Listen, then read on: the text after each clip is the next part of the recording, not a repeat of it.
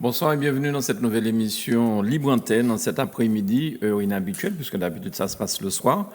Mais nous avons réussi à avoir un rendez-vous avec monsieur le député Serge Letchimy, donc nous avons préféré faire cette émission de manière à ce que tous ceux qui sont encore confinés chez eux puissent la regarder. Et ce soir, les couches tard pourront donc la voir à 20h30.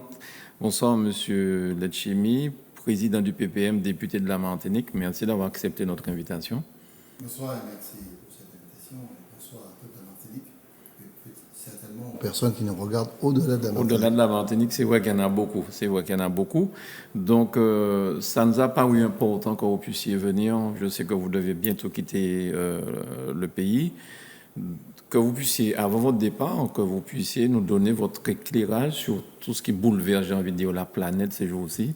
Parce que chez nous, évidemment, il y a beaucoup de choses qui foisonnent, mais on voit aussi en France, on voit aussi aux États-Unis, on voit que d'autres essayent de donner votre éclairage, parce qu'il y a plein de Martiniquais qui se posent des questions. Alors, mais avant de parler de tout ça, je sais qu'un autre député de la Martinique, M. Nilon, a été opéré tantôt. Est-ce que vous avez de ces nouvelles? Est-ce que vous pouvez donner à la Martinique de ces nouvelles et puis peut-être nous en dire un petit peu plus? Pas sur ce dont il a souffert, mais enfin. Je lui ai simplement manifesté ma solidarité dans ce moment difficile. J'espère qu'il va de mieux en mieux. Ouais. Je lui ai au téléphone, nous avons échangé. Et c'est un parlementaire, c'est un Martiniquais. On a peut-être des positions politiques différentes, mais on se parle et on se respecte.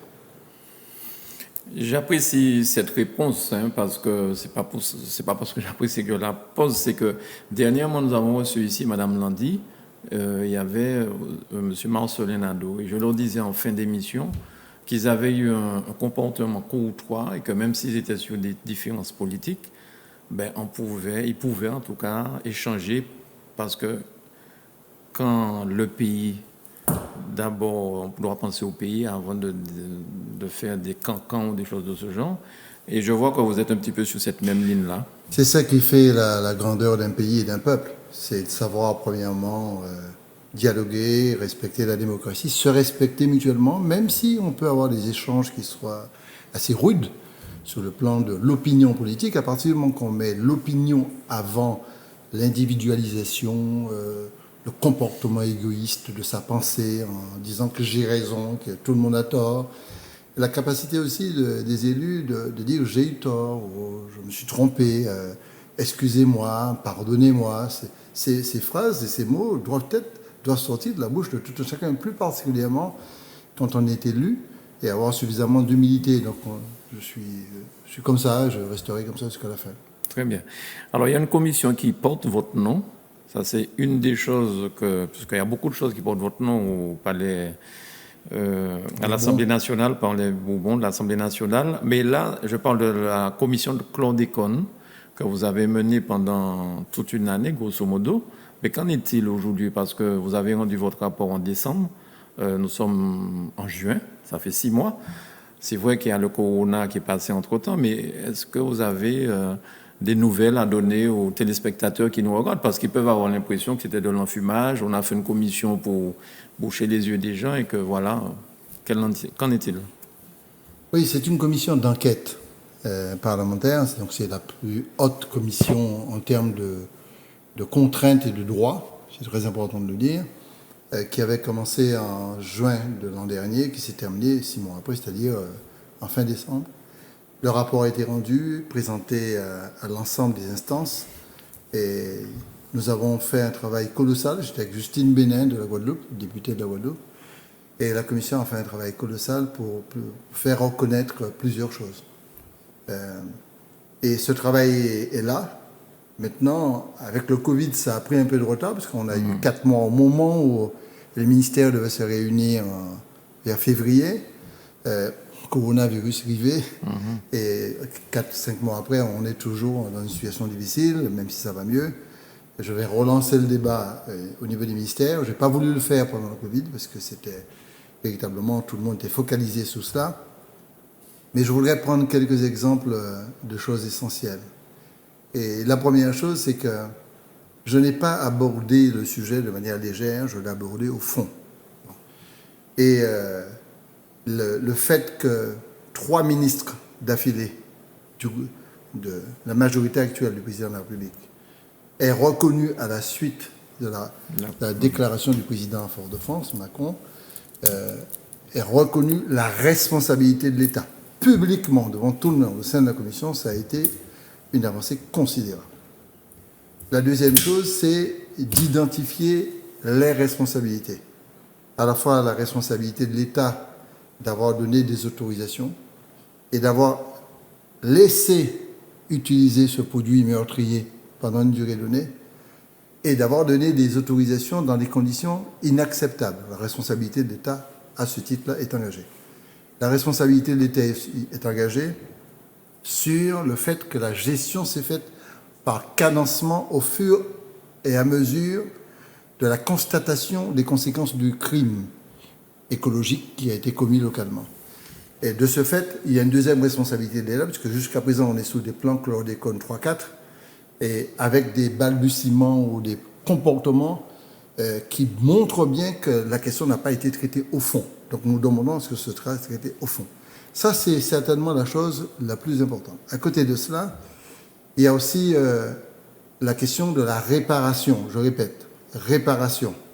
Je ne demande pas dans le rapport avec Justine Bénet, nous ne demandons pas des petites mesurettes à droite à gauche, etc., mais qu'on puisse reconnaître qu'on a porté préjudice à la santé des Martiniquais et des Européens. On a porté un lourd préjudice qui va durer des dizaines, voire des centaines d'années sur le sol martiniquais, la terre martiniquaise, sur l'eau et sur l'eau des océans et de la mer. Donc ce préjudice-là a des conséquences qui risquent d'aller très loin. Et à ce titre-là, nous demandons bien sûr qu'il y ait des mesures qui soient prises d'indemnisation, au sens large du terme, qu'il va falloir définir dans le détail. Agriculteurs, pêcheurs, humains, etc., etc. Le système a été déstabilisé. Et bien la troisième chose, qui est certainement l'essentiel, si je peux me permettre de dire, oui, si ce mal est venu, c'est parce qu'il y avait un système qui produisait le mal.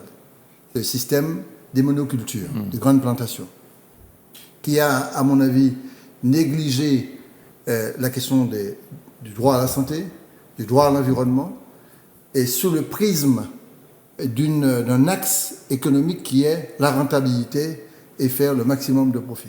Parce que les mêmes producteurs, les mêmes utilisateurs étaient des commercialisateurs et en même temps des producteurs. La chaîne était bouclée. Et les victimes principales, c'est la population martiniquaise et guadeloupéenne. À ce titre-là, j'ai ouvert la porte. C'était pas facile pour moi, pour nous, excusez-moi. Nous avons ouvert la porte sur la question du changement de modèle économique.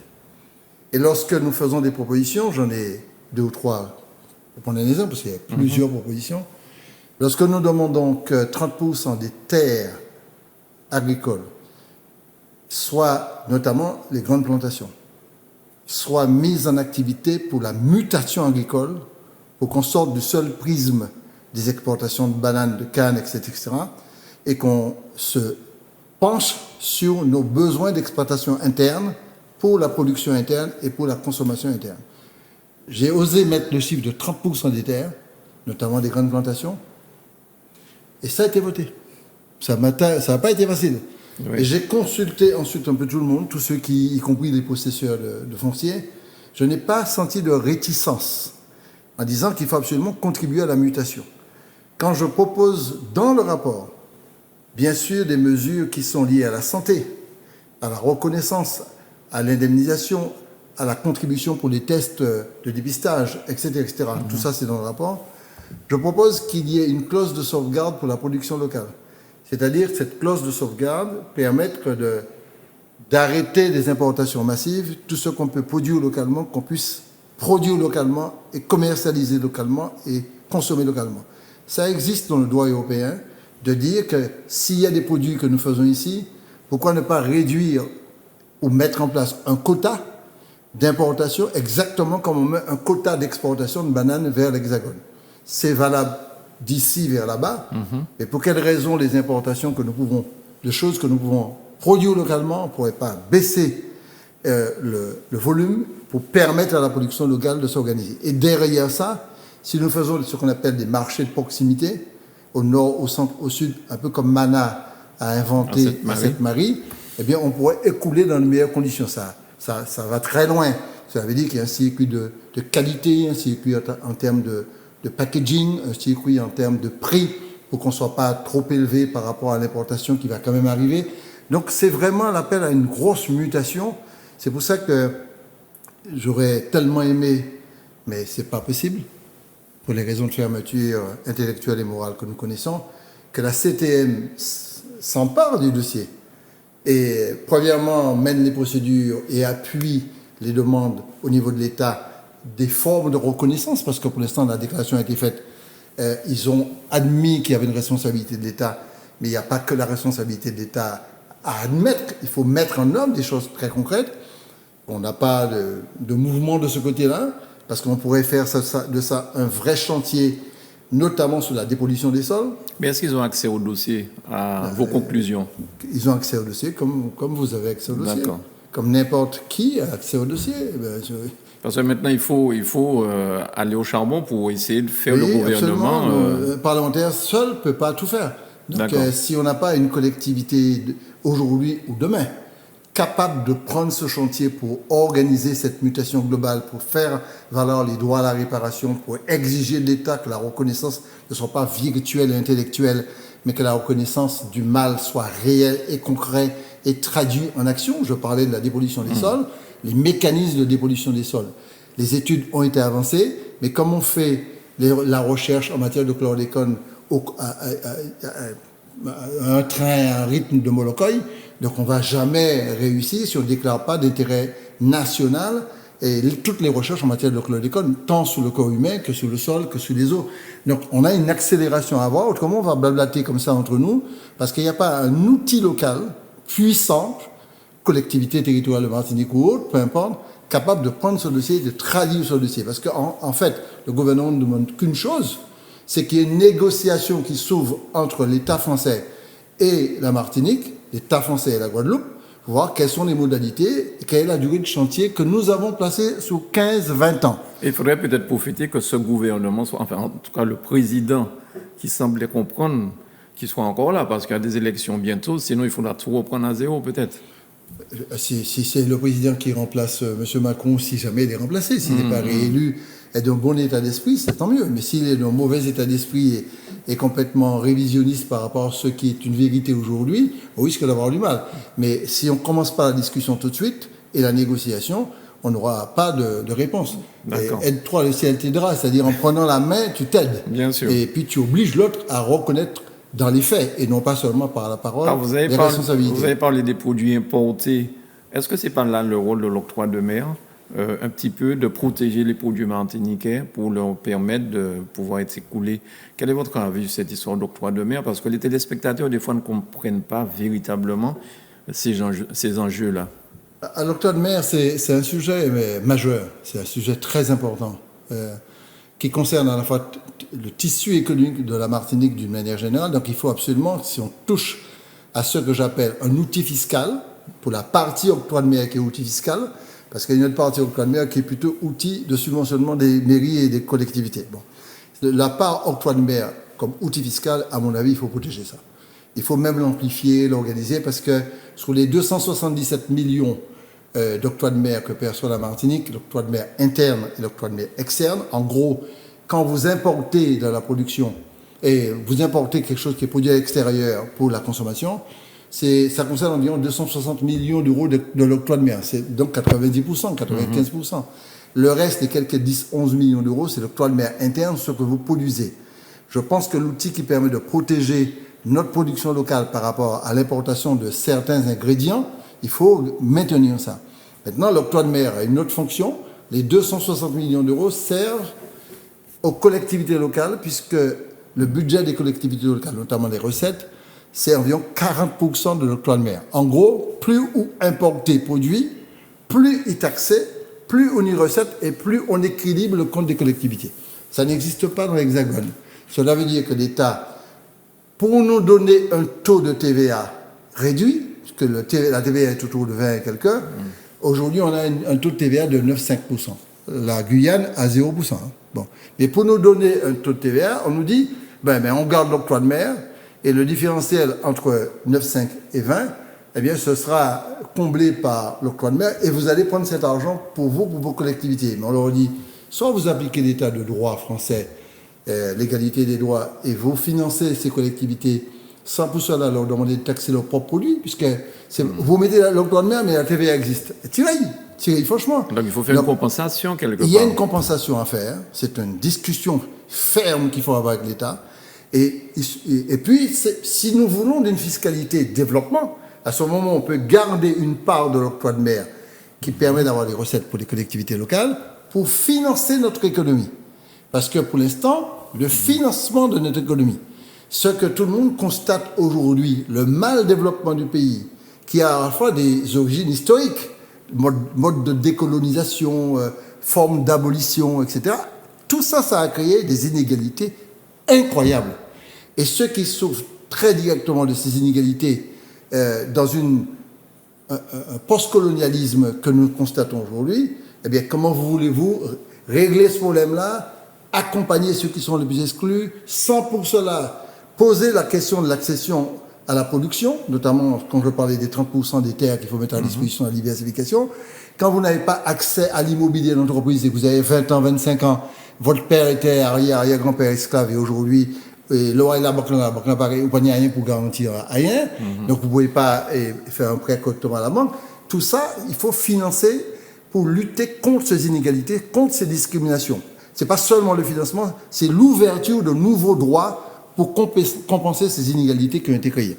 Et à ce titre-là, je pense que franchement, une part de l'octroi de mer, après compensation, réservée à financer l'économie, certainement en mettant avec ça l'ensemble des dispositifs d'exonération fiscale, d'accompagnement fiscal de l'État qui existent déjà, ça pourrait booster l'économie et ouvrir la porte, et je pèse mes mots, d'une nouvelle démocratie économique.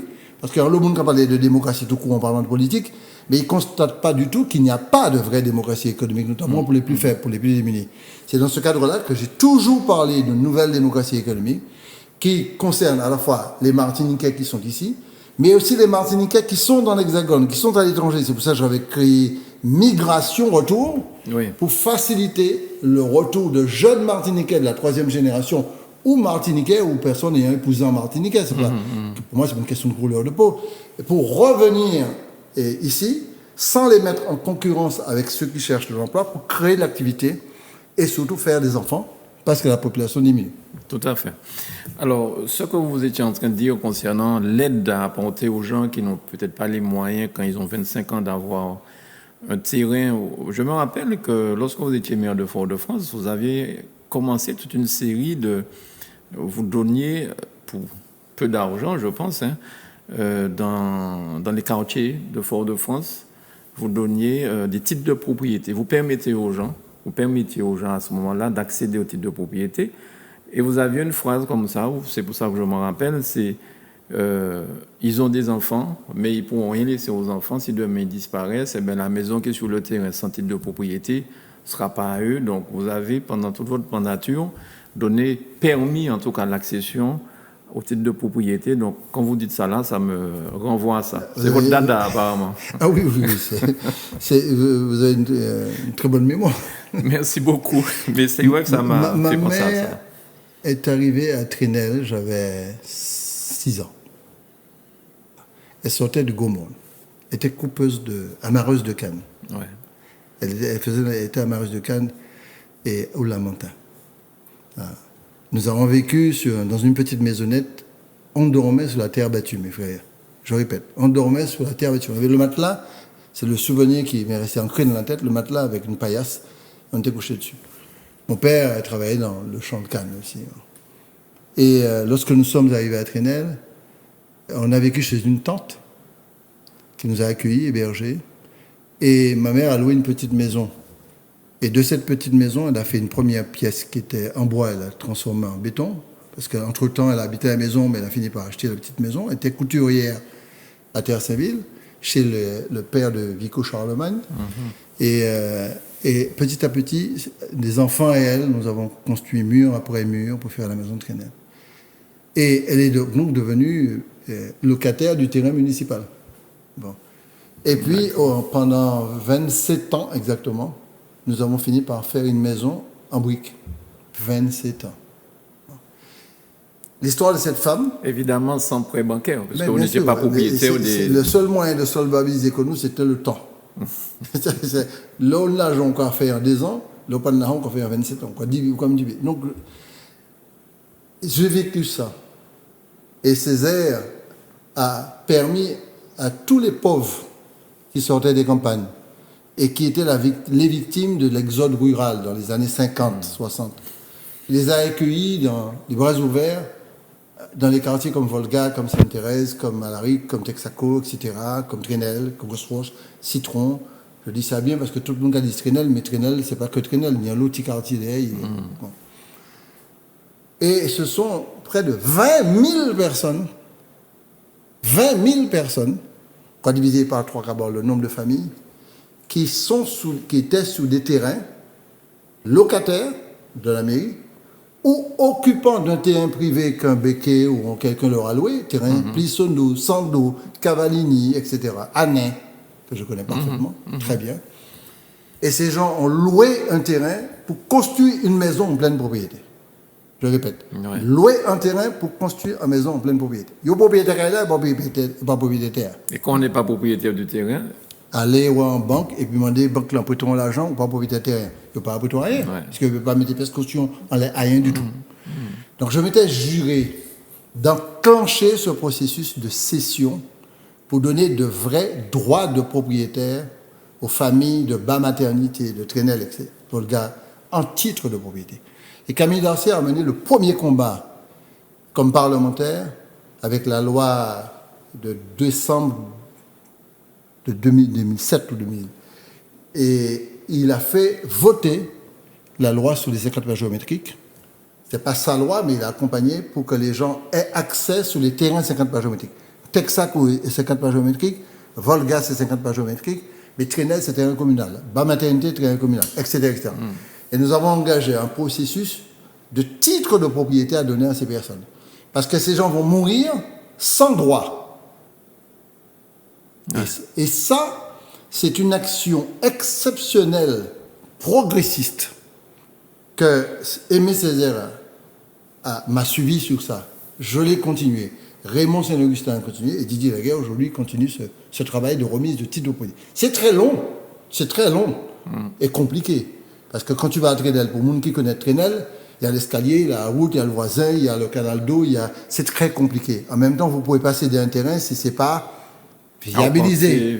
S'il n'y a pas d'eau, s'il n'y a pas d'électricité, si c'est une zone rouge, c'est très compliqué. Mais c'est un travail extrêmement long, progressiste, humaniste, solidaire. Il faut aller jusqu'au bout. Autrement, vous avez des gens, on leur demande d'aller voter, aller consommer Caille But, Caille Kineko, Carrefour, etc. Mais il n'y a pas une pièce de droit. Et ils n'ont pas de droit réel. Et chaque fois que j'ai eu l'occasion de délivrer un titre de propriété, j'étais très fier de voir que la famille pouvait aller à la banque, dire que mon fils va partir faire des études, j'ai besoin de 5 000 €, faire un petit prêt à Sommeur Cabaye Prêt. Donc voilà. Alors vous m'avez fait me détourner par rapport à l'octroi de mer. Non, mais c'est parce que vous n'avez pas parlé de quelque chose, ça m'a fait revenir à ce souvenir qui m'avait beaucoup touché à l'époque. Oui, mais c'est par ces émotions-là que les Martiniquais finissent par comprendre que le travail que nous faisons et que nous avons, avec honneur et dignité, rempli ce travail-là, c'est d'avoir continué l'œuvre de Césaire au-delà de sa mort et qu'on tient toujours bon la ligne. On a une ligne politique, on a une ligne humaine, on a une ligne économique, on ne sort pas de cette ligne-là. Et jusqu'à la fin, on ne sortira pas de cette ligne. Bien sûr, je ne suis pas éternel, puisque je ne fais que me battre pour passer la main, mais cette ligne-là est très importante. C'est parce qu'on a gardé une ligne qu'on ne tombe pas dans des histoires de combines politiques avec qui que ce soit. Bon, on est sur une ligne, les gens qui ne sont pas tout à fait sur la ligne, bon, on leur dit au revoir, on reste des amis, mais des copains, c'est bon. Je voulais dire un petit mot sur l'octroi de mer. Oui. Cet octroi de mer qui alimente principalement les recettes des collectivités, en gros, il n'y a un sens. C'est Martiniquais qui a payé, même collectivité. Je répète, hein, en fait, comme plus vous importez, plus vous avez de l'octroi de mer qui va dans les caisses des collectivités, eh bien, vous avez intérêt à importer massivement. Plus vous importez massivement, moins vous développez localement. Au détriment des produits locaux. Bien sûr. Ouais.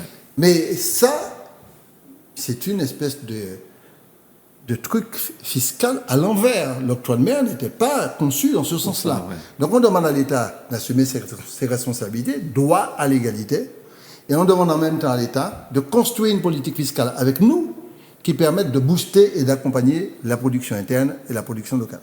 Alors là, pendant le Covid, il y avait un grave problème. Parce que comme consommation diminuée de 70%, ben recettes là diminuées de 70% aussi. On a perdu en avril près de 4 millions d'euros, on a perdu en mai 10 millions d'euros, on a perdu en juin environ et à peu près pareil. Octroi de mer plus taxe sur l'essence, le carburant. Ah oui, et l'État avait prévu par le préfet local d'avoir une espèce d'avance. C'est-à-dire que ces communes, petites communes comme Font-Saint-Denis, communes comme Prichet, eh bien, où tu pour toucher 100 000 euros, je dis n'importe quel chiffre, d'octroi de mer, nous avons compensé, mais nous avons nous. Et nous avons pris un lot en novembre, en décembre, l'économie a relancé. Et puis tout le monde a accepté ça. On était en train d'accepter ça. Il a fallu qu'il y ait une intervention de ma part auprès du Premier ministre pour dire niet, il ne faut pas accepter ça, on ne peut pas accepter ça. S'il y a une perte d'octroi de mer qui est liée au Covid, on est des victimes. On ne l'a pas fait par exprès. On est des victimes d'une tragédie sanitaire. Donc vous devez compenser et non pas avancer. Madame Girardin m'a appelé il y a 2 jours pour me dire c'est compensé totalement. Donc les collectivités d'outre-mer vont bénéficier d'une compensation de l'octroi de mer pendant la durée donnée. Mais il n'en demeure pas moins que je continue à être extrêmement défenseur de l'octroi de mer, outil fiscal de développement économique, dans les 2 sens, protection de la production locale et financement de la production locale, moderne, pour créer le maximum d'emplois. Mais je ne suis pas favorable à ce qu'on maintienne l'octroi de mer qui alimente les collectivités. Il faut une compensation globale de l'État, considérant qu'on ne peut pas augmenter la TVA, mais qu'il y ait une compensation, comme pour ce qu'on appelle la TVA NPR, la TVA non payée récupérable, etc. Quelque chose comme ça pour financer l'économie. Parce qu'il faut accepter que l'économie ne soit pas financée que par ceux qui ont déjà les moyens, mais que l'économie aussi soit de la responsabilité de la propriété intellectuelle de ceux qui n'ont pas les moyens. Et ceux-là, il faut leur donner justement financièrement et pécuniairement les moyens. Voilà comment je vois les choses. Alors, vous avez parlé de Mme Girandin, ministre des Outre-mer. J'ai cru entendre qu'il y aura un remaniement ministériel probablement après le 2e tour des élections municipales. On attend que le Premier ministre gagne sa commune, Lille, je crois. Ensuite, il y aura un remaniement. Le Premier ministre, c'est Havre. Havre, pardon. Merci beaucoup pour cette rectification. C'est parce que là, j'ai entendu un débat sur l'île dernièrement. Ça m'a fait penser à ça. Alors, remaniement ministériel. Cette fois-ci, vous n'allez pas y couper. Le président Macron va faire appel à vous. Qu'est-ce que vous avez dû sortir cette fois? Parce qu'il faudra bien qu'il y ait un moment, il se dise, il faut mettre un ministre comme Martiniquais au gouvernement. C'est pas possible. En gros, les Martiniquais sont en train de pleurer pour se battre. Ah bon, pleurer? Vous pensez que les Martiniquais n'ont pas de dignité? Mais j'ai jamais dit ça, monsieur le président. Je vous taquine, parce qu'on peut donner le sentiment que les Martiniquais disent ouais, non, les Martiniquais sont dignes. Et s'il y a un ministre qui est choisi, il sera... Mais jusqu'à maintenant, c'est parce que vous avez refusé. Oui, c'est que vous avez refusé. Je ne parle pas de mon sort. Je ne parle pas de mon sort. Je dis que les Martiniquais sont dignes. Oui. Et je ne veux pas dire par là que d'autres ne sont pas dignes, mais je trouve que les Martiniquais sont dignes, quoi. Mais ce n'est que justice qui... S'il y a un ministre ou une ministre de l'Outre-mer ou dans un gouvernement, je serai le premier à applaudir. Je n'ai jamais accepté, même si on me l'a demandé à 2 reprises, parce que j'ai considéré que les missions que j'avais à ce moment-là, il fallait pas transiger avec quoi que ce soit. J'étais maire de Fort-de-France, etc. Mais c'est aussi une reconnaissance de votre travail, je pense. Hein. Oui, certainement. Mais bon, jusqu'à présent, je n'ai pas donné suite à ces demandes-là parce que, premièrement, rappelez-vous quand même, je suis un autonomiste. Donc il faut que les conditions soient réunies. Si c'est pour me demander de rentrer dans un gouvernement pour obéir à tout ce qu'on dit, qu'on peut écraser l'idée même que j'ai de la responsabilité, parce que l'autonomie, c'est la responsabilité, je ne peux pas. Donc il y a un certain nombre de conditions qui pourraient permettre de discuter, quoi. Et ce que j'avais fait il y a 10 ans. Mais je trouve que les Martiniquais sont extrêmement dignes, ne dépendent pas systématiquement de cela. Et s'il y a quelqu'un, eh bien, nous serons on prendra acte et puis on souhaitera bonne chance à la personne, mais on n'est pas dans une demande systématique. Je trouve que c'est très digne le comportement. Pourquoi je vous dis ça? D'accord, il y a le remaniement, mais vous venez d'expliquer aux Martiniquaises et aux Martiniquais le combat que vous avez mené pour l'octroi de mer, la compensation qui a été allouée. Et là encore, ça c'est une victoire en plus pour vous. Il y a encore un autre cas où vous avez fait des interventions, les gens ne le savent pas. Vous avez fait des interventions pour les étudiants antillais bloqués au Canada. Vous avez fait des interventions auprès des deux ministres, dont le premier, je pense, et la ministre de l'Outre-mer. Aujourd'hui, bonne nouvelle, ils vont pouvoir rentrer. Donc la région Guadeloupe et la CTM Martinique vont faire ce qu'il faut pour y rentrer. Mais vous avez quand même un accès au pouvoir en France. C'est encore parce que vous étiez là à vous battre que vous avez pu dénouer cette situation. Vous pensez bien que les parents, vous êtes parents vous-même, avec des enfants bloqués dans un pays, avec cette histoire de coronavirus, c'était une douleur. Oui, c'était plus qu'une douleur pour à la fois les parents, mais une douleur pour les enfants. Mais vraiment une situation extrêmement difficile. Parce que comme les étudiants ont laissé en grand nombre, leur résidence universitaire, ou les logements loués, ces enfants se trouvent hébergés un peu partout. Comme la situation faisait qu'il y avait déjà des frais qui étaient engagés par les parents, souvent les enfants, des fois, à des conditions de nourriture difficiles. Et en plus, l'incertitude, on joue le capati, demain pas capati. Ouais. Il faut expliquer pour quelles raisons. Les frontières ont été fermées, les frontières extérieures. Je ne parle pas des frontières de l'UE. Donc, sortir du Canada, arriver sur le territoire français, martiniquais, ça fait partie des interdictions. Donc, la France dit, en gros, nous avons beaucoup de cas et nous ne pouvons pas laisser le vol Air Canada rentrer en Martinique. La conséquence, c'est que les enfants peuvent supporter ça pendant 15 jours, mais pas pendant des mois, 3 mois. Bon. Ça se dégrade de plus en plus. La deuxième chose, c'est que on a une situation où on invitait les enfants à faire Montréal, Paris, Martinique ou Paris, Guyane. Bon. C'est-à-dire on faisait ces enfants prendre des risques encore plus importants par rapport au Covid, parce qu'il n'y a qu'à remplir l'avion pour être en difficulté. Ouais. Donc j'ai été interpellé par de nombreux parents, des parents que je connais bien, moins bien, etc. J'ai d'ailleurs reçu le collectif avec son président, du collectif qui nous avons vraiment travaillé. J'étais en contact pratiquement tous les jours avec les ministères, et Annick Girardin qui était très emmerdée parce que c'est devenu une affaire ministère des Affaires étrangères. Parce qu'elle elle a une compétence. Bon, mon fini va dire, ouais, dans le même gouvernement. Hein. Mon problème, là, histoire d'étrangers, pas où c'est où, il faut absolument faire quelque chose. Donc, l'affaire se compliquait.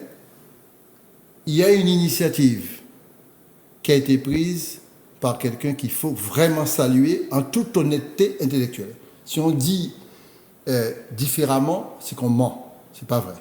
Donc, l'essentiel, c'est que les enfants rentrent. C'est ça qui est important. Les jeunes Guadeloupéens arrivent à leur domicile en Guadeloupe, les jeunes Martiniquais arrivent à leur domicile, les jeunes Saint-Martinois arrivent à leur domicile, les jeunes Polynésiens, parce qu'il y en a aussi, arrivent à leur domicile pour retrouver leurs parents et repartir. C'est Harry Chalut qui a pris l'initiative, que j'ai eu à plusieurs reprises au téléphone, qui m'en parlait, qui m'informait. Il a affrété un avion d'Air Caraïbes pour aller chercher les enfants au Canada et les ramener. Alors c'est le président de la région de Guadeloupe, Harry Chalut. Exactement, de la région Guadeloupe. Il a sollicité la collectivité de Martinique pour participer à hauteur de 50-50. Je rappelle qu'il y a plus de Martiniquais que de Guadeloupéens, mais il a proposé 50%. Il a donc fini par prendre une initiative locale. Lui, tout seul, a pris cette initiative. Il fallait lever 2 contraintes techniques. La première contrainte technique, c'est que l'aéroport Fort-François, il pas ouvert tout le temps. Donc il fallait obtenir l'ouverture de l'aéroport. France Audiard a fait le boulot pour que si l'avion arrive en Guadeloupe ou en Martinique, avec les enfants qui vont faire escale en Guadeloupe, viennent en Martinique. Et puis il y a un deuxième problème, c'est l'autorisation du vol Oui. Parce que c'est pas parce que c'est Air Caraïbes, il part en relation internationale. Et ça, le gouvernement s'est engagé par la bouche d'Annick Girardin et des ministères de tout faire pour que le vol soit autorisé. Il a demandé à la collectivité territoriale de bien vouloir participer à 50%. Il a fini par avoir un avis favorable il n'y a pas très longtemps, à peine hier dans la journée, d'après les dernières informations que nous avons. Donc il faut remercier Harry Chalut, il faut saluer aussi le fait que la CTM ait accepté et fini par accepter de participer. Mais il faut, quand quelqu'un fait quelque chose de bien et d'honnête, il faut simplement le reconnaître et ne pas falsifier la vérité. La vérité, c'est celle-là. Mais au-delà même de toute polémique que je ne poursuivrai pas, nous souhaitons tous que les enfants puissent entrer. Mais il n'y a pas que ces enfants. Il y a aussi des enfants qui sont dans l'Hexagone et qui ne peuvent pas entrer facilement parce qu'au lieu de 2 vols par soir qu'on avait d'Air France, d'Air Caraïbes, 3 vols, et Air France, Air Caraïbes, etc. Air France 4, hein, il y avait Corsair aussi. Corsair, AOM. Il n'y a plus que 2 vols par semaine. Et dans chaque vol par semaine, c'est divisé par 2 parce qu'il faut distanciation. Exact, distanciation. Ce qui veut dire qu'on a beaucoup d'enfants qui sont dans l'Hexagone ou qui sont à l'étranger et qui veulent rentrer, qui ne peuvent pas rentrer. Donc, Dieu merci, on a trouvé une solution grâce à Harry Chalut pour faire venir ces jeunes et aussi grâce à l'accord positif de la collectivité territoriale qui est apparemment tombé, d'après ce que j'ai entendu, mais je ne vais pas m'engager pour quoi que ce soit. Je connais les rebondissements possibles. Et il y a beaucoup. Donc il faut s'occuper aussi des autres. Je connais beaucoup d'enfants qui sont là-bas et qui sont en situation de précarité sociale très difficile. Il faut absolument s'en occuper pour pouvoir éventuellement les accompagner et les ramener. Je le dis parce qu'il y a un grave problème de précarité financière et sociale. Avant, on avait une aide qu'on donnait, une somme qu'on donnait à la DOM pour aider les jeunes étudiants qui n'étaient pas dans l'Hexagone. Les jeunes étudiants qui étaient pour voyager au Canada, aux États-Unis, au Brésil, en Japon, etc. Cette aide aux étudiants en dehors de l'Hexagone a été supprimée par la CTM. L'aide qui est donnée à la DOM, c'est strictement les étudiants, formation professionnelle, pas d'étudiants universitaires, qui font la Fort-de-France-Paris. Les étudiants qui font Fort-de-France, New York et Montréal, Rio de Janeiro ou autres n'ont pas d'aide pour leur billet d'avion. Moi, je trouve ça désastreux et même pas bien du tout. De la même manière qu'en dehors de la formation professionnelle, on a des étudiants tout court qui bénéficient d'une aide d'État, seul État, pour pouvoir prendre leur billet d'avion. Moi, j'apportais, nous, mon équipe, on apportait une aide qui faisait qu'on pouvait aller à 250, 300 euros à côté de l'aide de l'État. Parce qu'il y en a beaucoup de personnes qui n'ont pas besoin d'aide, mais on y en a qui ont besoin. Un billet d'avion, c'est quand même un billet d'avion.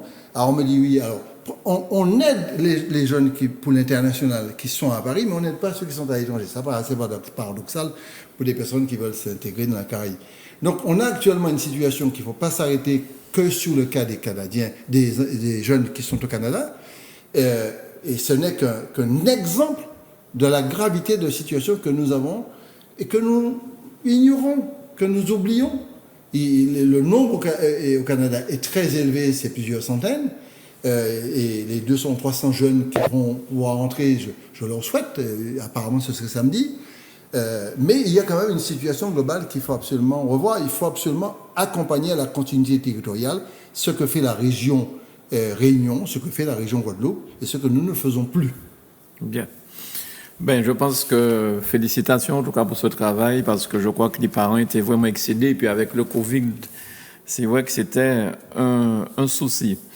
Alors, dernièrement, Monsieur le Président, j'ai reçu ici le président Lise qui nous expliquait qu'il était arrivé un petit peu au terme de...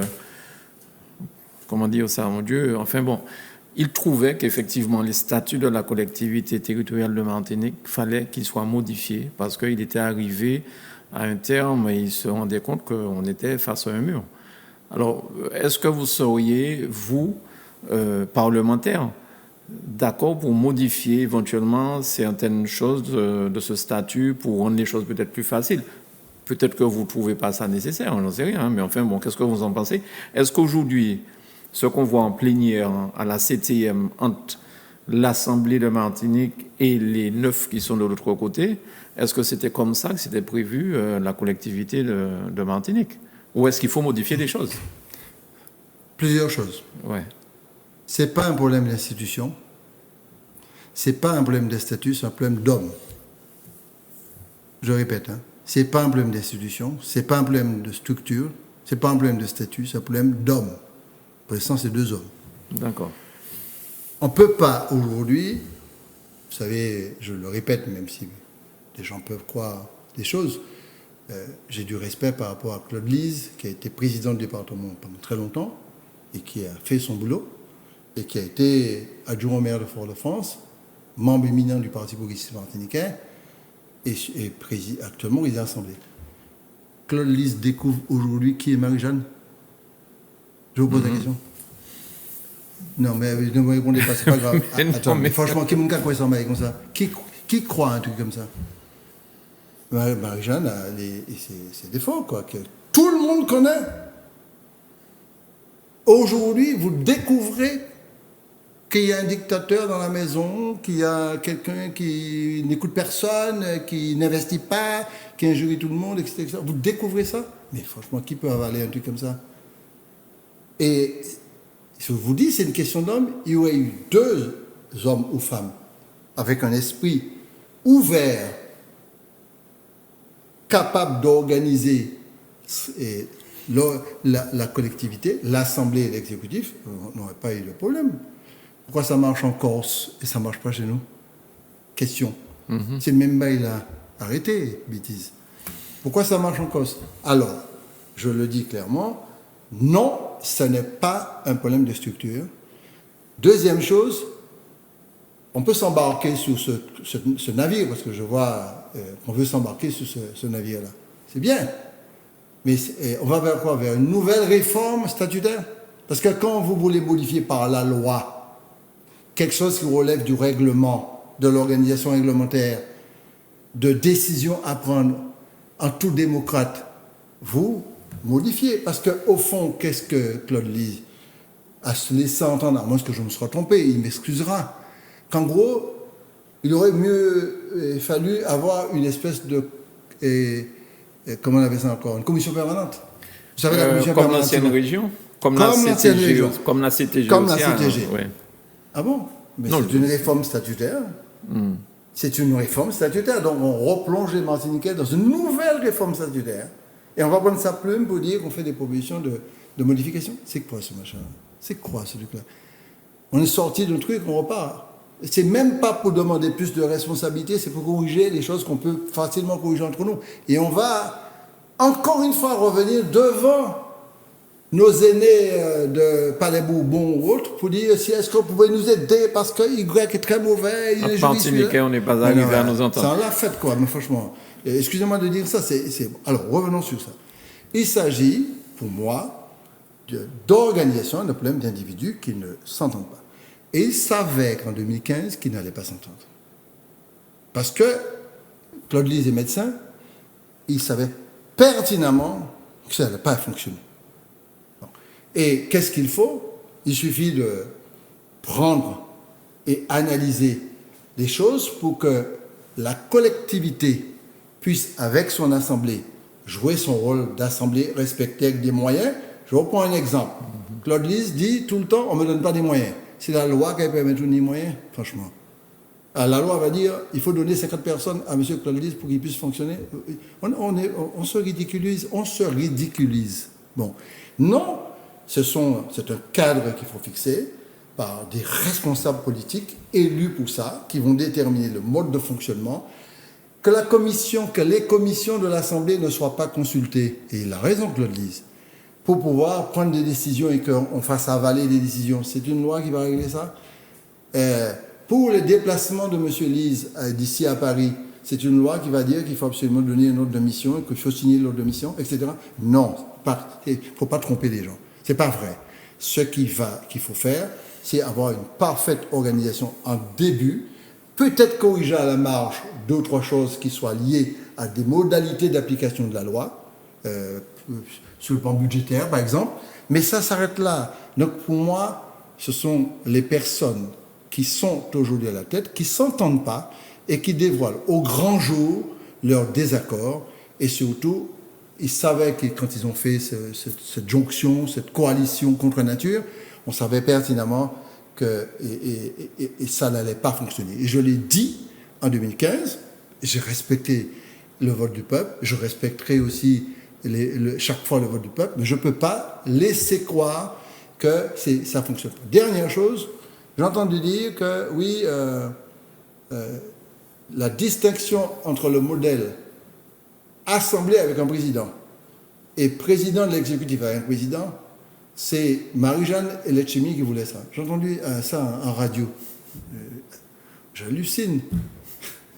Bien, il suffit de regarder tous les votes des congrès de 2001, de 2002, de 2003, de 2008, parce qu'il y a des congrès.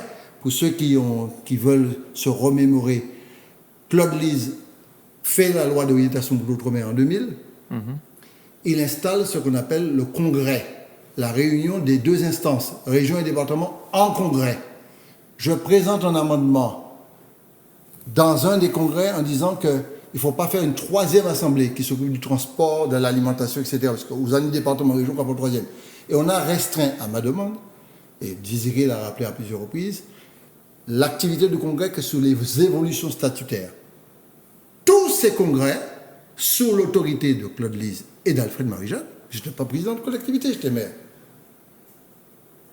ont approuvé le fait qu'il y ait deux instances de collectivité. Sous proposition, bien sûr, de la collectivité et de la commission ad hoc, des collectivités et de la commission ad hoc que Jean-Claude Duverger présidait. Et ça, c'est ça qui a été proposé. Le seul point de désaccord où j'ai défendu bec et ongle, et d'ailleurs ce qui a conduit Claude Lise en juillet 2011, lors du vote de la loi, de s'abstenir alors qu'il avait voté tout le processus pendant près de 10 ans, c'est que c'est sur la prime majoritaire. Rappelez-vous de ça. Les fameux 11 sièges. Oui, les 11 sièges. Celui qui sort en tête a une prime majoritaire.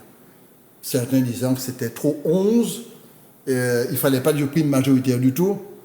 Eh bien, cher ami, si je peux me permettre de faire un signe de croix et de dire heureusement qu'il y a cette prime majoritaire. Parce que s'il n'y avait pas cette prime majoritaire, ce ne serait plus des crises de gueule, ce serait des coups de poing. Ce serait des bagarres dans l'Assemblée.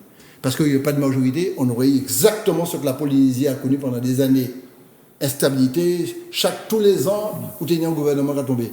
Eh bien, par l'amendement, en insistant là-dessus, nous avons réussi, le Parti progressiste martiniquais, à imposer, nos élus, pas le parti lui-même, à imposer la prime majoritaire. Lise n'était pas du tout d'accord, c'est son droit.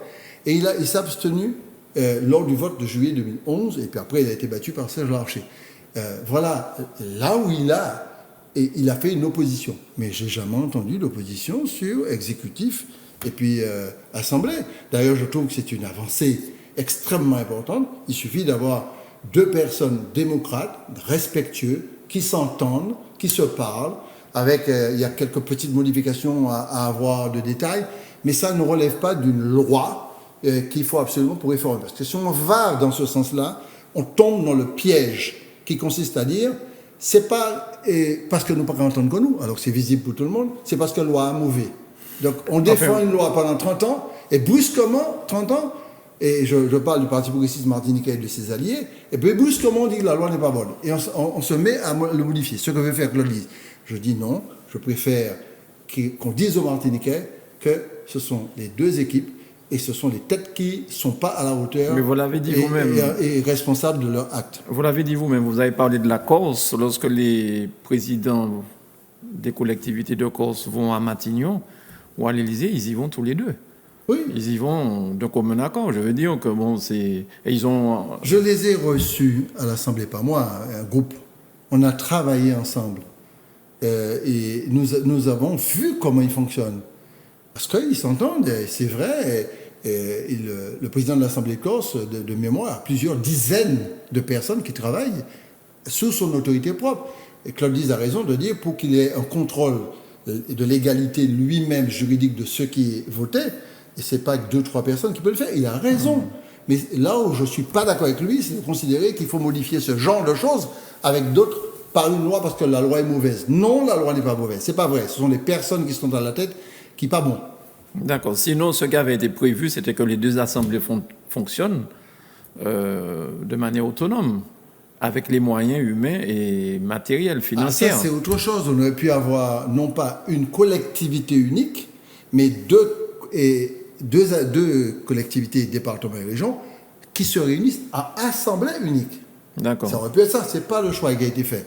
Donc on ne peut pas aujourd'hui, parce qu'il y a quelque chose qui est odieux, et je trouve que Claude Diz a eu beaucoup de courage pour réagir et de dire non. Ça, je l'approuve et je respecte sa posture. Mais il ne faut pas laisser croire et qu'il y a des relais qui sont pris dans ce système-là pour dire que, ah oui, il faut refaire la loi. Personnellement, je trouve qu'entraîner les Martiniquais dans une nouvelle réforme, c'est franchement faire de la com et c'est pas sérieux. C'est même pas honnête. Bien. Mais merci pour ce point. Alors, Monsieur le Président, vous savez que, oui, vous le savez, dernièrement, le 22 mai martiniquais, le 22 mai de cette année, il y a eu quand même des bouleversements. Non pas qu'il y avait 30 000 personnes pour marcher à Fort-de-France pour le 22 mai, l'abolition de l'esclavage, mais il y a un événement qui a occulté tout ce qui se passait politiquement du côté du prêcheur. L'année dernière, c'est vrai que c'était un petit peu houleux au prêcheur. Cette année, c'est le déboulonnement des statuts de Victor Schœlcher qui a fait la une jusqu'au point que le président de la République française a même tweeté là-dessus. Et je sais que vous avez pris votre plume par 2 fois pour en parler. Et la deuxième fois, c'était pour inviter le maire de Fort-de-France à ouvrir une commission. Vous allez mieux que moi en parler. Quel est votre sentiment de cette histoire-là? Est-ce que ce n'est pas un cri de souffrance éventuellement Parce qu'il y a aussi les 7 d'Océanie. En fait, tout ça est en train de faire un seul amalgame dans la tête des gens et on a l'impression vraiment qu'il y a toute une partie de la population martiniquaise qui n'est pas entendue peut-être par les politiques, d'après ce qu'elles disent. Enfin, je parle des deux jeunes filles. Moi, je pense qu'il faut aborder cette question avec honnêteté, intégrité, mais aussi grande ouverture d'esprit. Déboulonner, c'est en fait la démolition de la statue de Victor Schœlcher. Cet acte-là contre Schœlcher, je dis bien acte contre Schœlcher, je ne l'approuve pas. Je dis bien contre Schœlcher. Pour moi, la lecture que j'ai historique à la fois de Schœlcher, je parle de l'homme, et puis je ne parle pas du républicanisme colonial de l'époque. Et la lecture que j'ai des écrits de Césaire sous Schœlcher et des critiques de Césaire sous Schœlcher ne m'autorisent pas à ne pas dire que je ne suis pas d'accord avec cette démolition-là. Schœlcher a joué un rôle très important dans le fait d'avoir imposé le décret du 27 avril. Avec le gouvernement provisoire en 1848. Et son rôle a été déterminant. Si jamais il n'avait pas imposé immédiatement, tout de suite, je pense que le processus aurait duré encore 20, 30, 40 ans. Cet aspect des choses, on ne peut pas l'ignorer. Enfin, certains l'ignorent. Madame Landy, qui a fait une émission chez nous, a bien expliqué les choses. Mais il y a tellement d'explications, je ne vais pas venir sur l'histoire. On ne peut pas. Ouais. Ça a été bien décrit parfaitement. Il naît dans un contexte, au début du 19e, dans un contexte esclavagiste. Il naît dans ça. Il découvre une vente d'esclaves, parce que son père l'avait envoyé faire ses études. Dans les études, mais dans la Caraïbe pour faire commerce. Et il découvre à Cuba, à La Havane, une vente d'esclaves.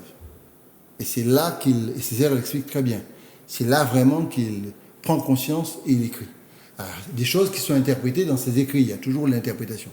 Mais c'est surtout sur l'acte qui est important, qui nous permet d'avancer sur une ligne, la ligne des émancipateurs. Wilberforce en Angleterre, il y en a plein dans le monde, blancs ou noirs, peu importe, mais qui ont œuvré pour que la dignité humaine soit respectée. Là où je commence à dire, il faut faire attention, Schellcher n'est pas l'émancipateur, bienfaiteur, et qui accompagne le petit nègre à s'émanciper. Césaire l'avait fustigé, d'ailleurs le bras coupé n'a jamais été remis. Et Césaire n'a jamais fait remettre. Parce que en privilégiant cette forme d'abolition, on ne constitue pas les conditions de l'émancipation correctement et on ignore que les nègres, dès leur arrivée à partir de la cale du bateau, ont commencé la révolution et le combat pour la libération des esclaves. 250 ans avant. Et quand vous excluez, vous regardez dans le temps, depuis les premiers débarquements d'esclaves jusqu'à 1848, ce sont des dizaines, voire des centaines de luttes menées par les esclaves. Ça, c'était ignoré. Et il a fallu un homme comme Césaire ou d'autres, historiens, pour remettre en avant le rôle des esclaves, des marrons, dans la libération. À la veille de l'abolition, des dizaines d'ailleurs, qui a été conclue magnifiquement par les luttes symbolisées par Romain à Saint-Pierre, qui a conduit à l'application de l'abolition immédiate, autrement il fallait attendre encore et plus longtemps. Ça, c'est un combat qui a été gagné très difficilement. C'est ce qui fait que Césaire, en 71, a fait la statue avec demandé à Kokoro Nekwaï de faire sa statue pour symboliser le combat des Noirs, des esclaves. Il faut en tenir compte. Et dans l'histoire, on n'en tient pas compte. Dans l'histoire, on préfère accepter que dans le temps, qu'on plébiscite aussi, au-delà même de Schellcher, des statues des rues dénommées qui insultent la mémoire martiniquaise et guadeloupéenne. Il faut le reconnaître aujourd'hui. Le post-esclavagisme n'a pas effacé l'esprit colonialiste, l'esprit colonial.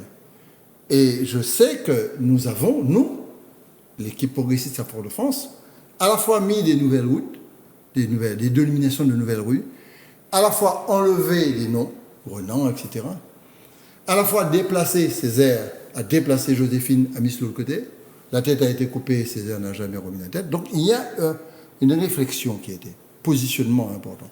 Elle n'a plus occupé d'ailleurs la place centrale. Je veux dire, déplacé du centre à la périphérie.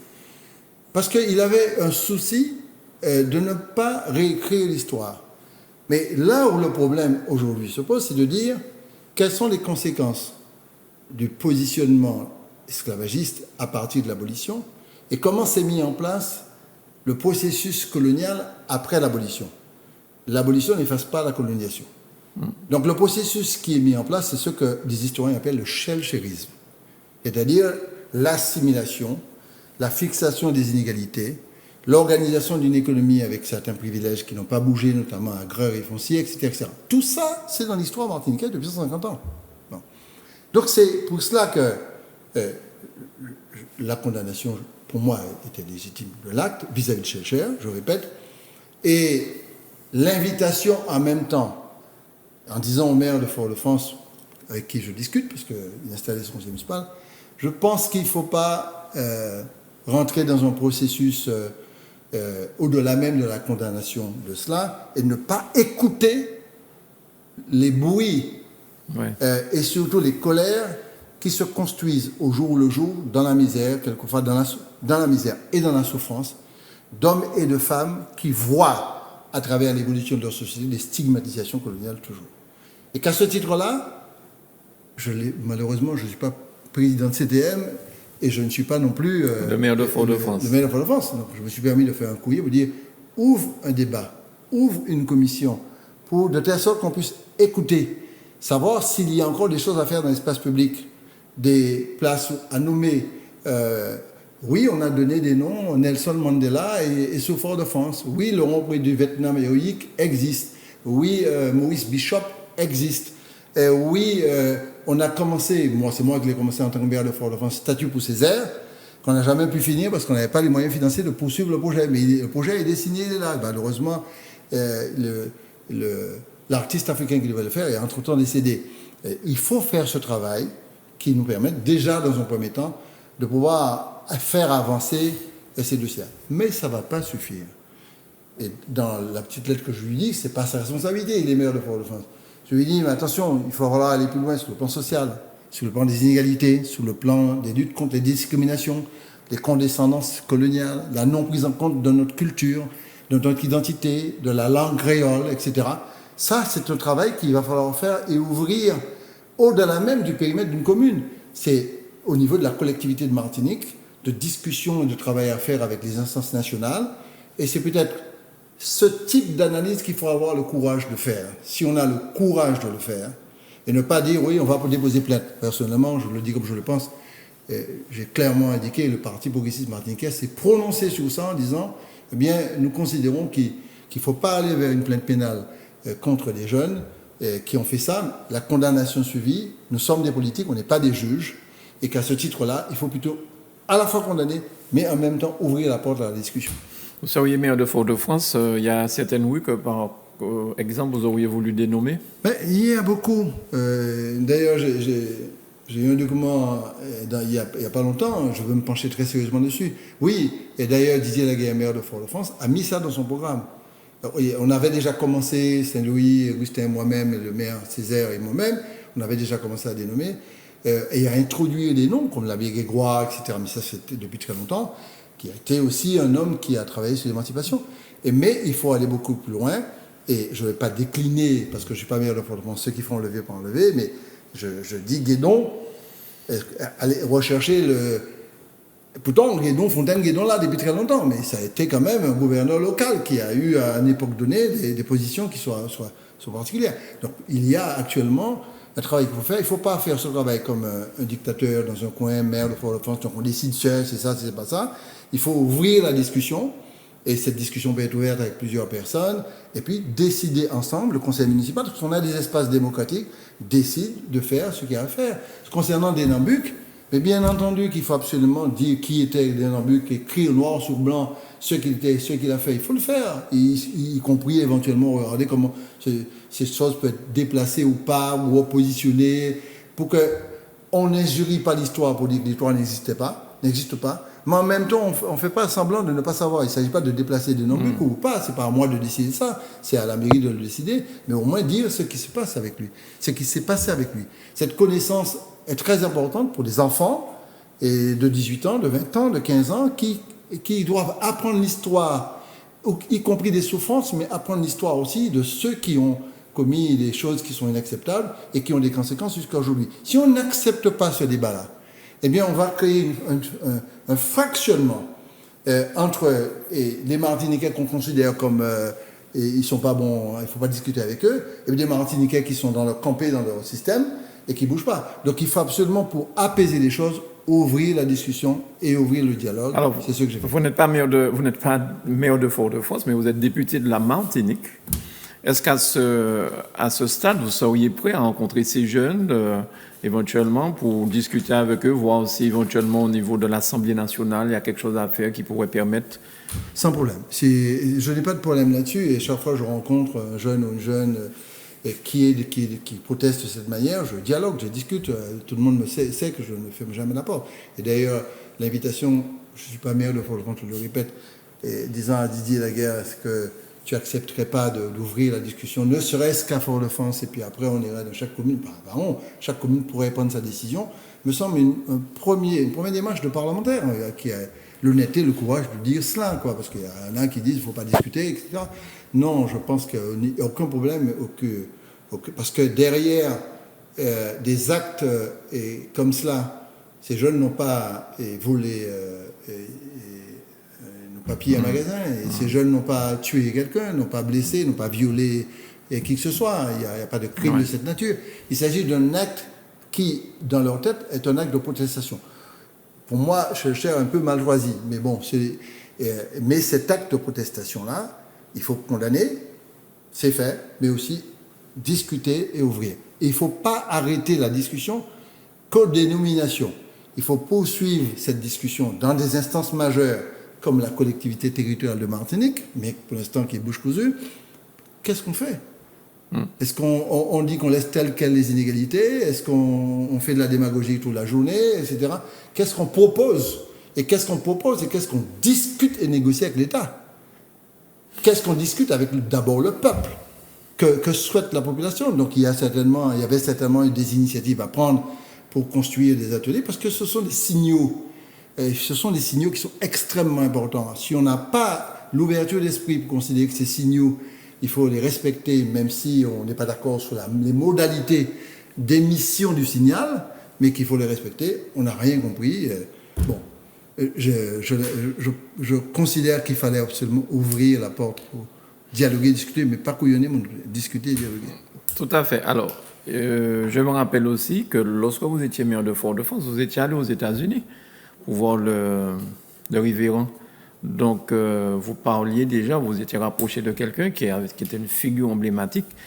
Il est contre ce qu'on voit aujourd'hui avec la mort de cet Américain noir qui a été étouffé par un policier. Et on voit ce que ça a déclenché. Et on voit aussi comment le président américain semble vouloir régler ça, lui. C'est des chars d'assaut, tout ça.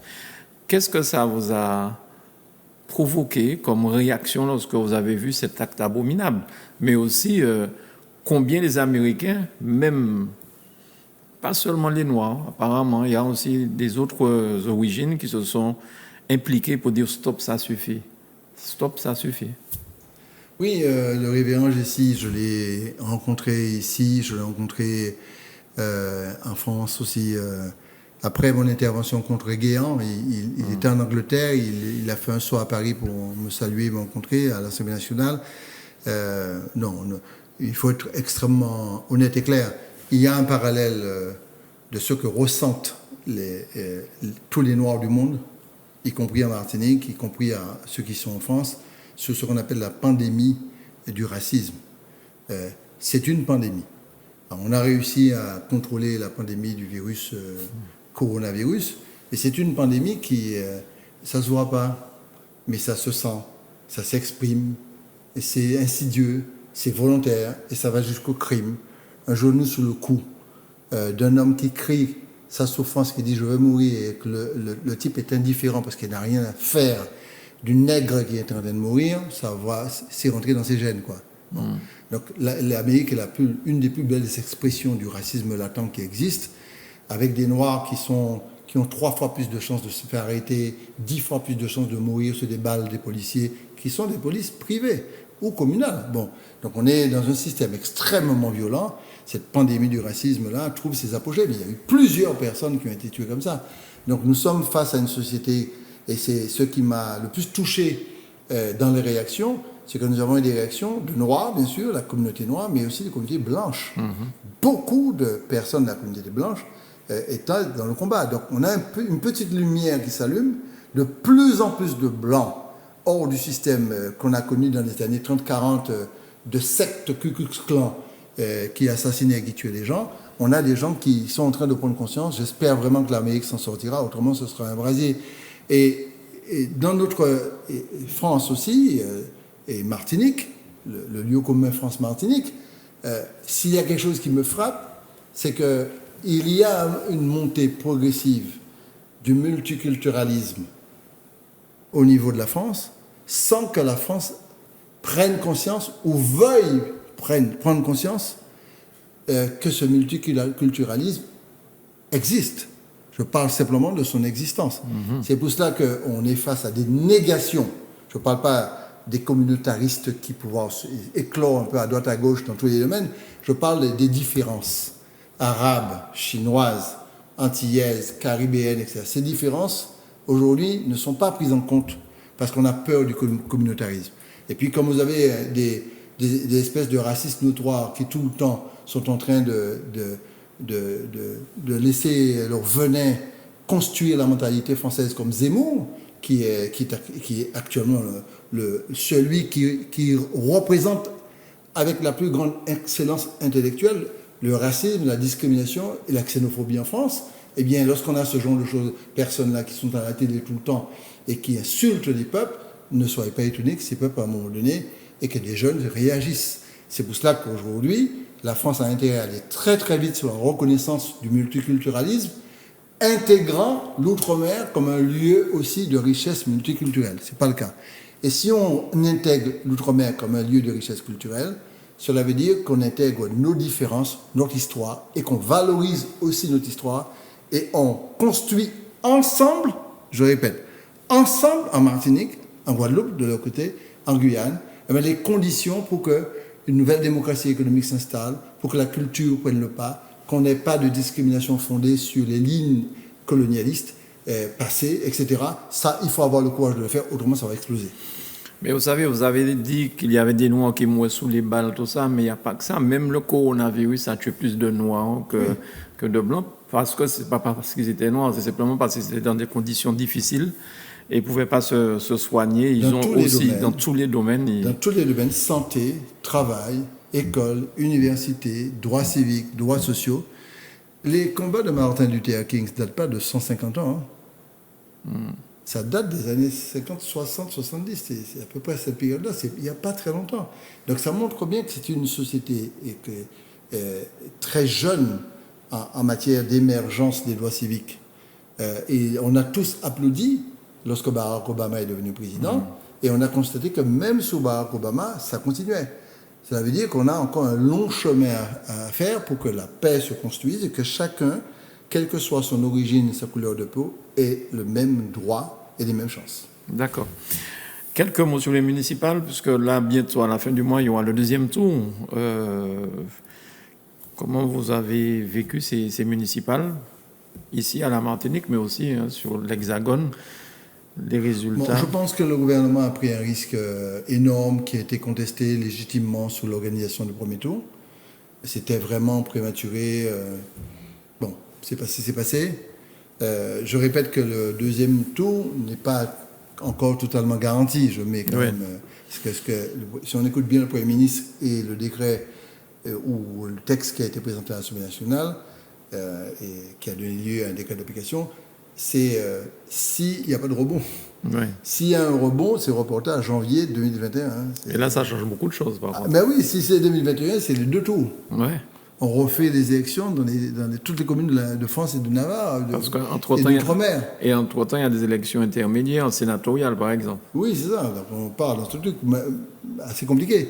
Mais je pense non que ça se fera le 28 parce que la tendance est très bonne, nationale et locale. Donc je pense qu'on a beaucoup de chances que le 28, il y a le deuxième tour. D'accord ? En fait, je pense qu'ils ont planté ça comme menace. Si vous ne respectez pas les mesures barrières, que vous faites n'importe quoi, mais les municipales, on les reporte à l'année prochaine. Bon. Et non, c'est une élection toujours difficile. Je suis très content que, pour ceux qui nous concernent, on ait d'excellents résultats. On a 7 communes qui restent là, qui sont au combat. Nous soutenons très directement certaines communes. D'autres mènent leur lutte. On soutient fortement. Puisque vous parlez de communes, des 7 communes, il me semble avoir vu passer une alliance qui ressemble beaucoup à celle de 2015 à Ducos d'ailleurs, où il y a Loulou Marie-Sainte, mais il y a une alliance extraordinaire qui est en train de se mettre en place. Je ne sais pas si vous en avez entendu parler. Oui, si vous voulez que je réponde à ces questions, j'espère que... Non, ça reste entre nous. Je ne passe personne. Non, ces alliances-là sont... On parle politique. Oui, bien sûr, là on parle politique. Je ne vais pas cibler sur Ducos, je ne vais pas interférer sur le débat de Ducos. 2015 a vraiment montré qu'on a trompé le peuple. Et qu'à un moment donné, ces alliances ne fonctionnent plus, surtout. Voilà, exactement. À un moment donné, ça ne fonctionne pas. Ça éclate parce que vous mélangez des choses qui ne sont pas mélangeables. Bon. Des natures, etc. C'est vraiment du marketing politique. On nous rassemblé comme nous, bas population, l'illusion de, c'est ce qui s'est passé en 2015. Et puis on tombe sur des gens qui s'insultent, qui s'injurient, mais il faut voir ça, les WhatsApp, les machins, et les insultes toute la journée, des gens qui se déchirent. Et je dis, si je n'avais pas introduit la prime de majorité, on serait déjà à des combats physiques, quoi. Bon. Donc reproduire ce genre d'alliance-là, à Ducos ou ailleurs, c'est vraiment revenir vers un manger cochon qui n'a aucun sens et qui, dans quelques jours, explose. Bon. Et je répète que je ne suis pas sur Ducos ou non, c'est clair. On ne dise pas que j'ai pris une position pour Ducos. Non, mais je veux parler d'une manière générale. Le PPM est resté sur une ligne, a des alliés, après discussion, qui sont des alliés de centre-gauche, de centre-droit, de divers. Nous sommes autonomistes, mais nous avons des gens qui ne sont pas du tout autonomistes, qu'on respecte. Mais c'est une alliance humaniste, progressiste, avec un programme, un projet. Mais on ne peut pas me demander de m'allier avec l'extrême droite comme M. Marie-Jeanne, de me mettre avec un autre extrême qui ne pense pas du tout comme moi, qui revendique des choses pour la Martinique, notamment l'indépendance, je ne suis pas pour l'indépendance, et qui vous dit on ne parle plus de ça, on ne va faire que gérer. Et puis il y a la nature des hommes. Il y a des hommes qui peuvent s'entendre, mais comme dès le départ vous savez que vous n'allez pas vous entendre avec cette personne, j'ai entendu très souvent Claude Lise devant moi décrire M. Marie-Jeanne, ça fait 20 ans de ça, j'ai l'impression d'entendre exactement la même chose qu'il a indiqué il y a 2 ou 3 jours, quelques jours. Il a raison. Bon, c'est la personnalité de ce monsieur, il a sa personnalité. Certains l'aiment comme ça, certains ne l'aiment pas, mais c'est très dangereux pour une démocratie d'avoir des gens qui s'insultent et qui s'injurient. Mais in fine, le problème, Monsieur le Président, c'est que c'est le Martiniquais et la Martiniquaise qui souffrent. Hein. Parce que lorsque ces alliances-là explosent, d'accord, on voit les textos qui circulent, mais on voit surtout que la collectivité en question, pas forcément celle dont on parle, il y en a d'autres. Hein. On a un exemple précis pour aller dans votre sens. On a un Covid. On aura une perte de PIB qui va passer de... Justement, de la relance économique. La relance économique de moins 5 à moins 10%. On aura une augmentation du chômage de manière conséquente. On va avoir une perte de la TVA extrêmement importante, en dynamique de création, de richesse, et vous allez avoir les collectivités qui vont chuter. Donc on risque d'avoir une récession en Martinique assez importante. Les TPE et les très petites entreprises sont livrées. Aujourd'hui, vous n'avez que du suivisme de la part de la collectivité territoriale par rapport aux mesures de l'État. Bon, c'est déjà bien parce que, objectivement, c'est rare de m'entendre défendre Macron, il y a quand même des dispositifs relativement importants mis en place par l'État, dans tous les domaines. Notamment sur le chômage partiel, il manque certainement beaucoup d'exonérations, notamment pour la partie hôtellerie. Il y a des dispositifs d'accompagnement des collectivités pour 1 milliard d'euros. Vous avez 3 milliards et plusieurs milliards d'euros pour ce qu'on appelle le PGE, le prêt garanti par l'État, accessible malheureusement par une petite partie des entreprises locales et pas par toutes les entreprises. Mais il y a quand même des dispositifs qu'il faut compléter. Mais la collectivité territoriale, et j'en discutais avec un membre de la collectivité, il n'y a pas de projet de relance. Il n'y a pas de projet de relance. Alors que ce n'est pas simplement se mettre à côté de l'État, c'est de dire clairement sur quoi on base la relance, qui concerne la culture, qui concerne le social, qui concerne l'environnement. Le tourisme, l'hôtellerie. Bien sûr, l'hôtellerie, le tourisme, comment on les accompagne pour pouvoir attirer de nouveau. Il faut préparer, c'est pas là au fin, on va mettre les canards où on y fait, ou qu'à préparer vers là. Et je prends un exemple précis, le BTP. Le BTP, il y a des centaines, voire des dizaines de chantiers qui sont plantés. Il faut absolument réunir rapidement les sociétés d'HLM, les financeurs, etc., pour voir comment on relance ce secteur du BTP qui est très important ici. Est-ce qu'il ne faut pas négocier avec l'État un plan BTP mutation énergétique pour la plupart, parce que 43% de l'énergie consommée se trouve dans les BTP, etc. Donc on a un vrai travail à faire de conception pour que dans les 2-3 ans qui viennent là, on puisse relancer la machine économique. Les associations qui sont nos lieux de résilience culturelle, sportive, etc., comment ça se relance, comment on accompagne les communes pour réorganiser des petites manifestations de base qui permettent le week-end, le samedi, le dimanche, l'accompagnement des enfants, des handicapés, etc. Non, on n'a rien. On a des petits faisceaux qui sortent comme ça parce que l'État a mis en place, donc on met à côté un petit peu d'argent, mais il n'y a pas une réflexion, il n'y a pas d'idée martiniquaise.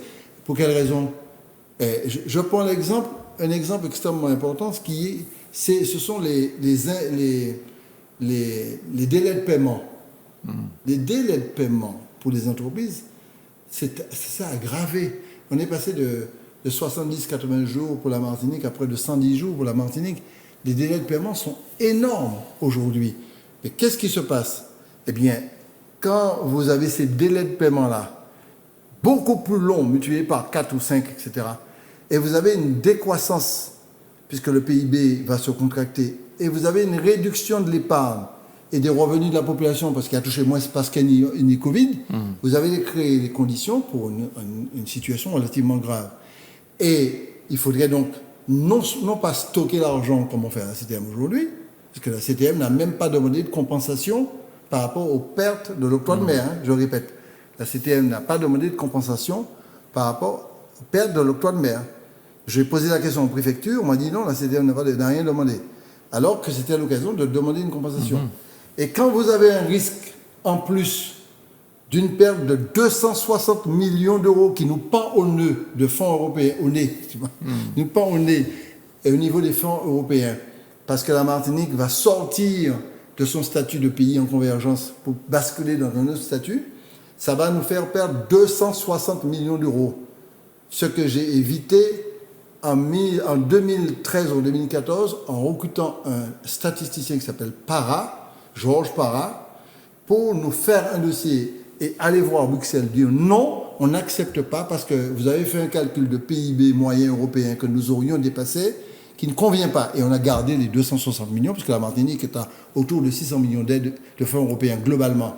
On a gardé les 260 millions d'euros. Si nous étions perdus 260 millions d'euros, ce serait une crise grave.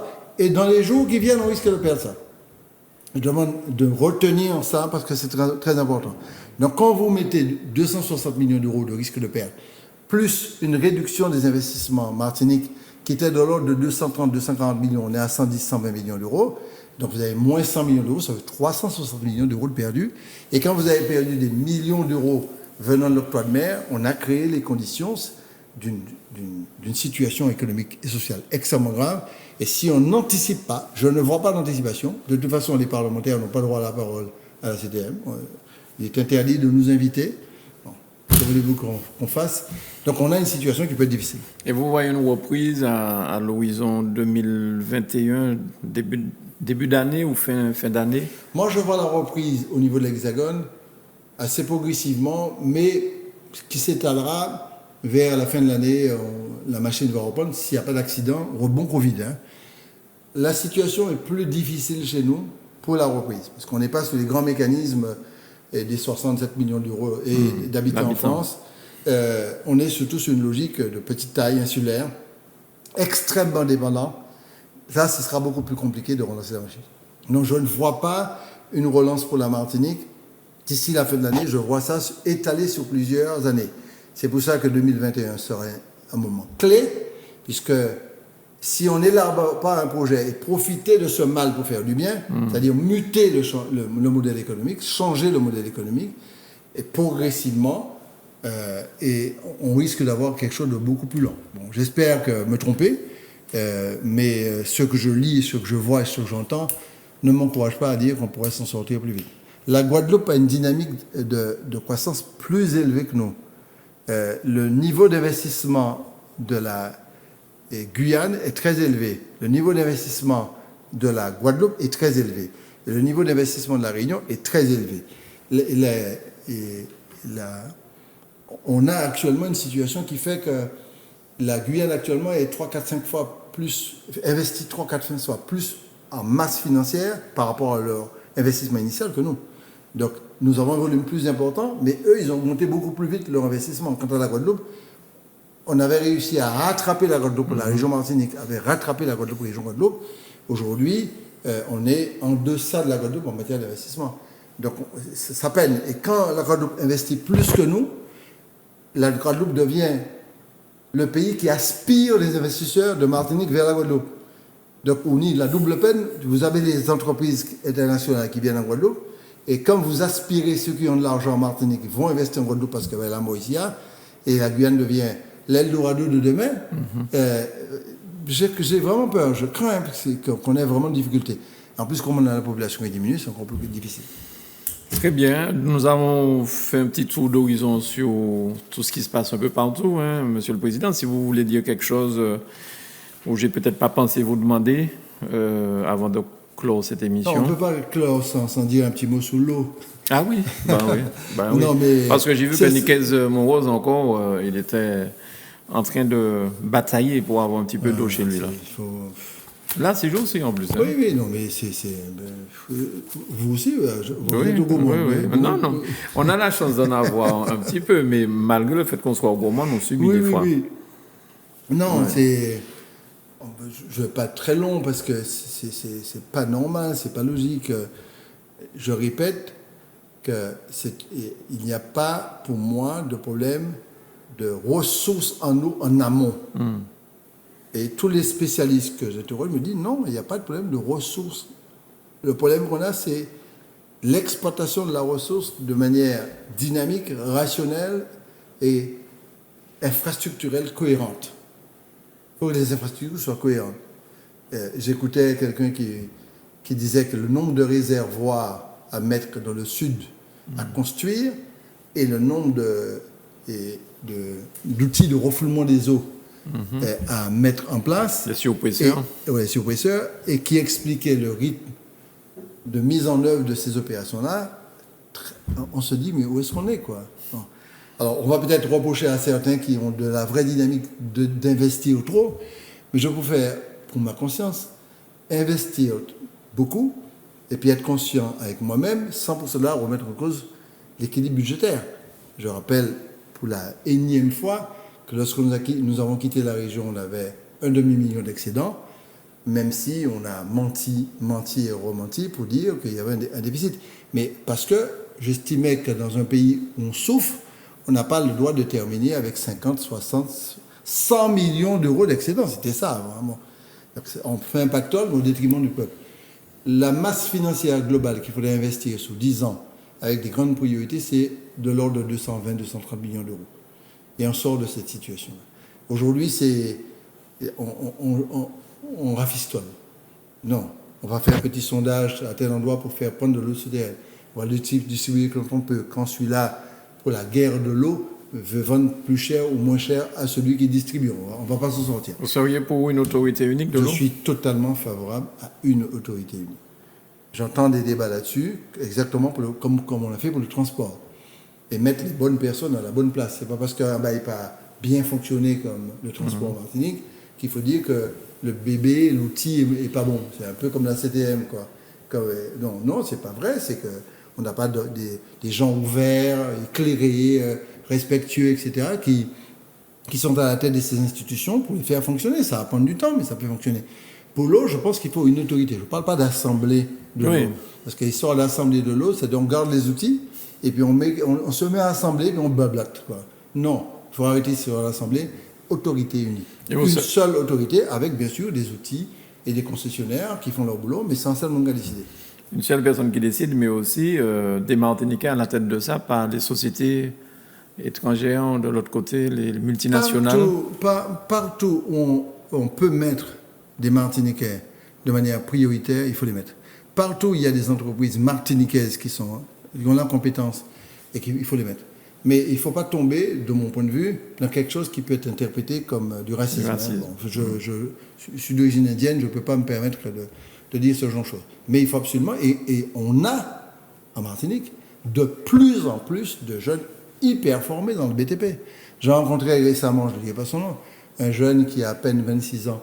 Il a créé son entreprise à 18 ans, 19 ans, tout jeune. Mais il faut voir avec quel calme, quelle pondération, quelle maîtrise technique ce jeune parle, c'est extraordinaire. Donc, il ne faut pas qu'on laisse croire que les Martiniquais sont dépendants de quoi que ce soit. Non, il faut absolument le faire.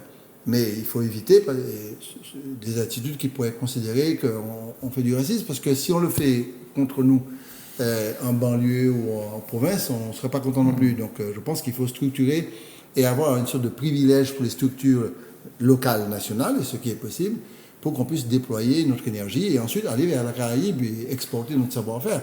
Parce que si en matière d'eau, il y a de l'expertise, cette expertise peut être déployée dans la Caraïbe, dans l'Amérique du Sud ou ailleurs, pour qu'on ait des joint ventures, des accords de partenariat sur ce domaine comme sur d'autres domaines, comme la question de la biodiversité, de l'énergie, etc. C'est un vrai chantier. Je pense que ce pays-là, et on laisse croire qu'il n'y a que des grands camps, des histoires, etc. C'est pas vrai.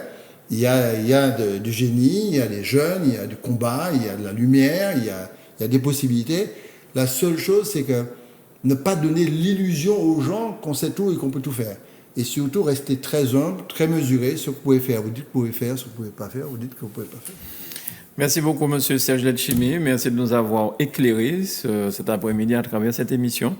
On a retenu des choses importantes, les étudiants qui vont entrer, votre éclairage sur ce qui s'est passé pour les statuts, mais vous ouvrez, justement, vous souhaitez de vos voeux qu'il y ait un débat s'organise et des échanges avec ces jeunes Martiniquais, Martiniquaises qui ont fait parler leur cœur de cette façon. Oui, et c'est juste pour conclure là-dessus, je pense que le dialogue, la discussion, l'écoute, la compréhension, c'est très important, notamment pour un pays traumatisé. C'est très important de se parler. Très bien. Merci beaucoup. Merci à vous de nous avoir suivis chez vous. Je vous propose de nous retrouver très prochainement sur Zouk Télévision.